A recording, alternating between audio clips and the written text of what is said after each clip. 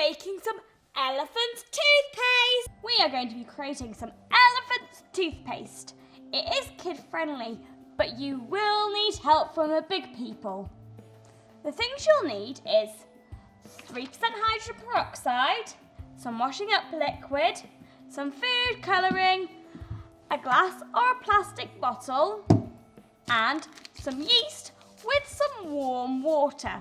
When you mix the yeast and the warm water, it should look like melted ice cream. I have got some right here. Ooh, looks a bit sludgy. It's called elephant's toothpaste because when all the ingredients get mixed together, it creates a reaction and it makes something big so it looks like it could be toothpaste for elephants. To begin with, you'll need to add water and yeast into a container like this and mix them together. Like I said, it should look like melted ice cream. I made this a little bit earlier on. Then you'll need to add the hydrogen peroxide into this container here. This is the part, oh wait a second, I almost forgot. I need some safety goggles. That's better. So I'm going to add some hydrogen peroxide to this container, but be very, very, very careful.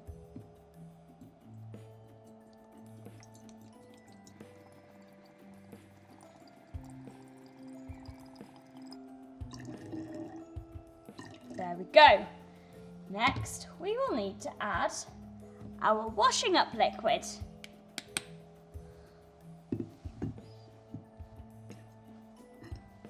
Just like that. Now we need to add some food colouring. Just like that. Whoa, look at that colour. And then we need to add our little mixture of water and yeast. This is where the reaction will happen.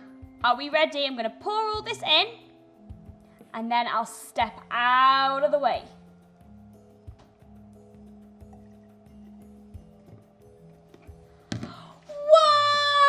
Whoa! And just like that, I have created elephant's toothpaste. Wow, look at the reaction! It's still going! Whoa! It looks all foamy and all cool! Oh, it's still going! Goodness me, this was created a lot. If we look super closely, it's doing all cool things.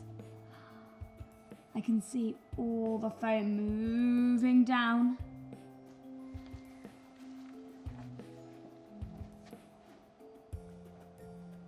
Well. Hi boys and girls, it's me, Tilly, and today we're going to be having a look at a humongous elephant's toothpaste. In today's science experiment, we're going to be making elephant's toothpaste again. But we want it to be bigger and better than ever. So we're going to use stronger chemicals to make a bigger reaction. You should not try this at home. Last time we used 3% hydrogen peroxide, but this time we have got 11%. And instead of using yeast, we're going to be using potassium iodide. When these chemicals meet and mix, it causes a chemical reaction. With the hydrogen peroxide and the potassium iodide, when they meet together, they break each other down. Oxygen is then released and we get lots of bubbles, and that's why you'll see the foam. This experiment creates an exothermic reaction, which means we also get heat. This is why the glass will get warm. And so we do have to use glass for this reaction. So let's start putting these chemicals together.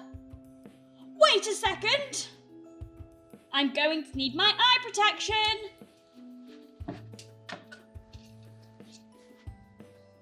Now I'm ready to begin.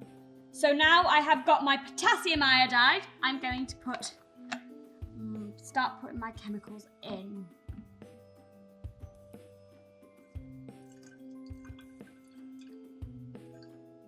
Being super careful.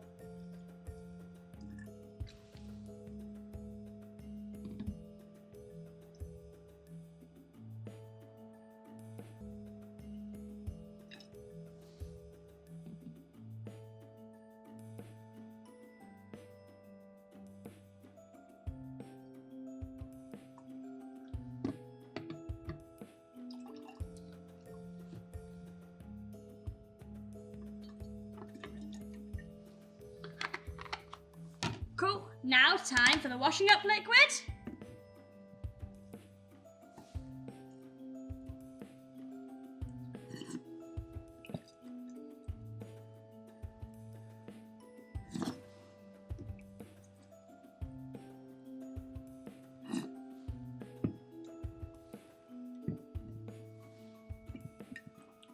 There we go. Time for the food colouring. Number 1.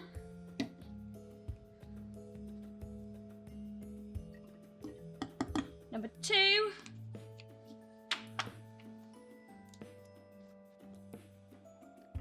And the final one.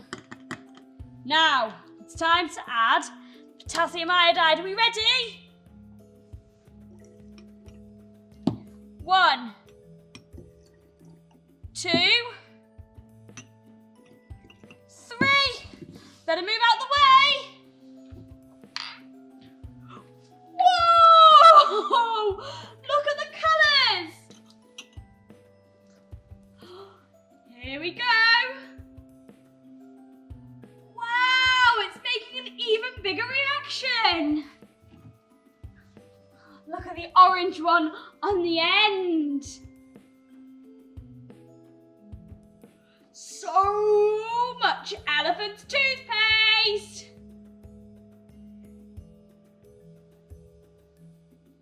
Wow. This one's quite big here, but I can't touch it. The water droplets falling down into the air. And that is creating rain! Hi boys and girls, it's me, Tilly, and today we're going to be creating a storm in a glass. In today's science experiment, we are going to be creating a storm in a glass.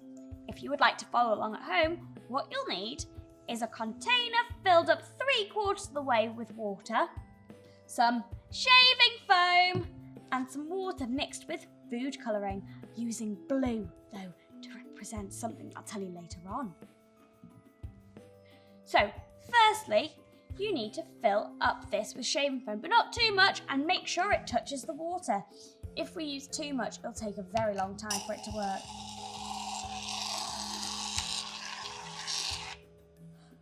Just like so. Water represents the air, and the shaving foam represents the clouds. Clouds are basically a collection of tiny little water droplets, and as they collect more water droplets, they grow bigger and bigger and bigger until they get full. And that is when the food colouring comes into play. We put in a little bit of this solution at a time, representing the water droplets filling up the cloud. But I'm using a spoon so I don't pour too much in.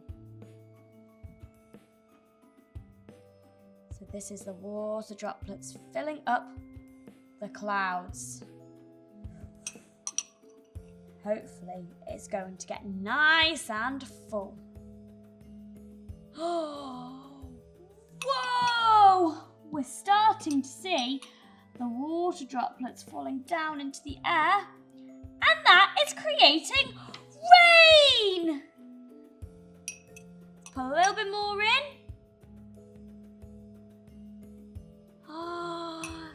You can see there, the rain is falling down. When the cloud becomes too full, then the water droplets fall to the ground because they're too heavy to float. And that's when it's really cloudy we get rain. So, here we have it, our own little storm in a glass. Hi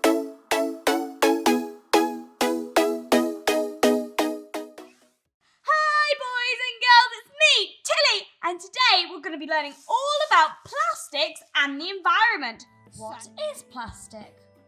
Well, plastic is a very useful material because it's cheap to make, it's strong, and it doesn't break very easily. However, these are all things that are very bad for the environment because they're very harmful to all of our animals. And plastic doesn't rot very easily in the soil. Plastic is not natural. It's human-made and it is made from fossil fuels.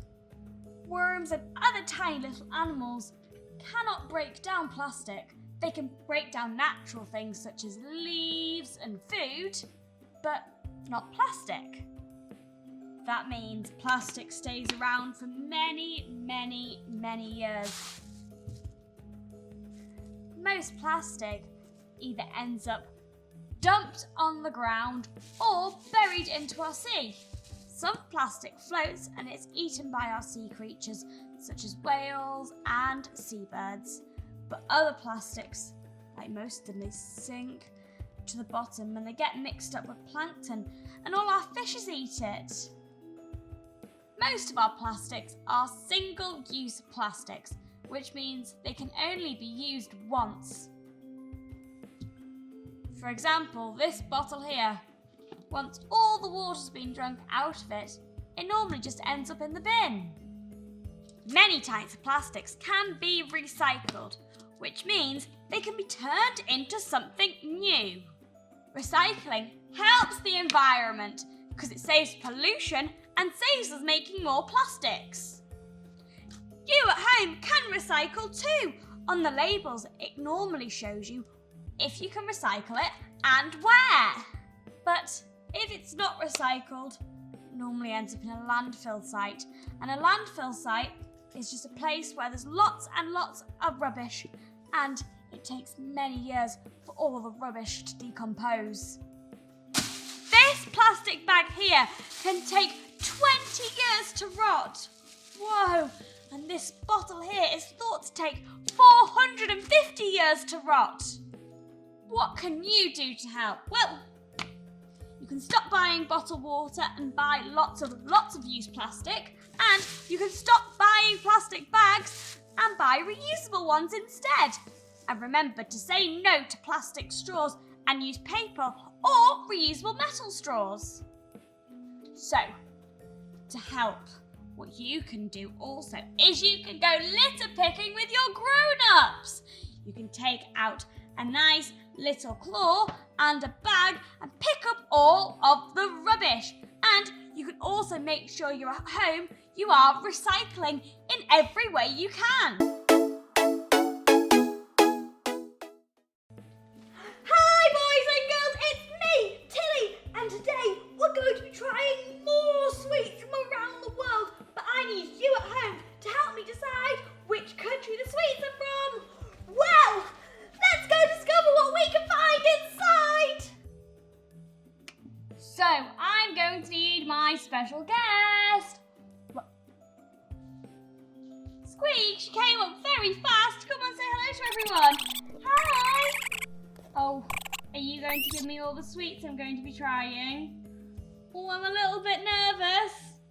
What should we start with? Ooh. Oh. They're like foamy sweets. They feel very soft. Okay, which one do I have to eat? I'm not eating them all. I'm not eating them all. Which one? I'll try the pink one, okay?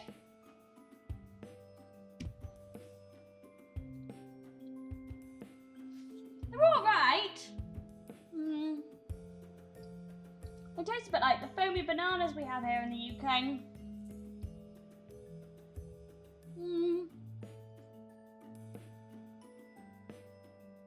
Wow, wow, there's a really, really strong taste. Tastes like strawberry, but really, really strong. I'll give them an 8 out of 10. So they're okay. Not my favourite, but they do taste nice. Do you want to try one? There you go. Ooh. Squeaks, you need to come back up for a fact. Okay. Stop. Ooh. Oh, so it's a country in Eastern Europe. Wow. So not too far away from us if we're in Europe. We're in the same continent. I wonder where it could be. What's next?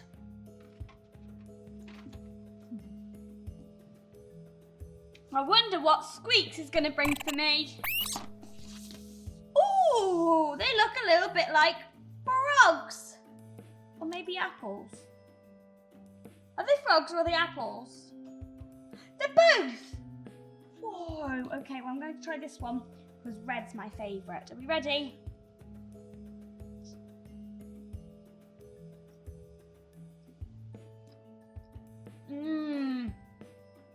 Oh, they're a little bit sour. But I like sour things. I really like these ones.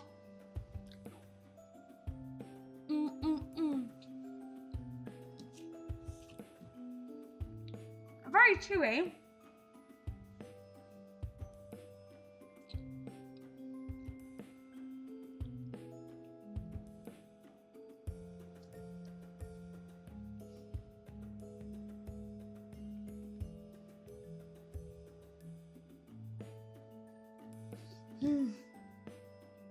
Are you falling to sleep? It's taken me a long time to chew these ones, I'm sorry.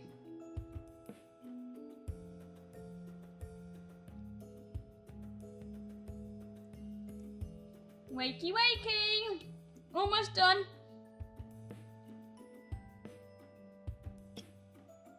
I really like those. I'd sit and eat them all, but we could be here hours with the amount of chewing they take. They're really nice. Really sour too, just how I like it. There you go. A fact. Okay, go for it. Oh, it has over 38 million people. Wow, where could this be? Hi. Oh. These look like rabbit poop. Have you got them from outside? You have. I'm not eating rabbit poop. Oh, they're not. I wonder what they are then. Are we ready? I'm really not ready for this.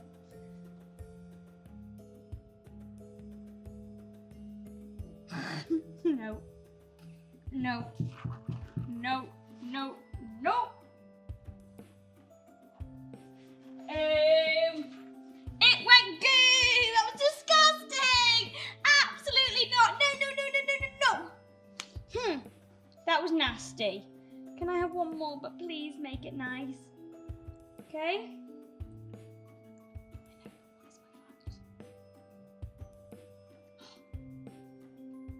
Oh, you're going to give me a fact, are you? Oh, really? The currency is zloty. Where uses zloty? I still don't know. On to our final one. Oh, I really, really hope it's better than the last one. Oh, these look like biscuits. Okay, I'm going to snap it in half first for it to see the... No, I probably should stop making excuses, shouldn't I? Just eat it.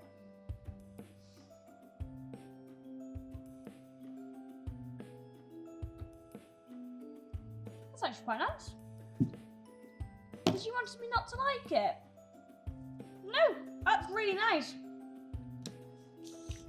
I'd have that one again, and that's a surprise, isn't it? Another fact? No.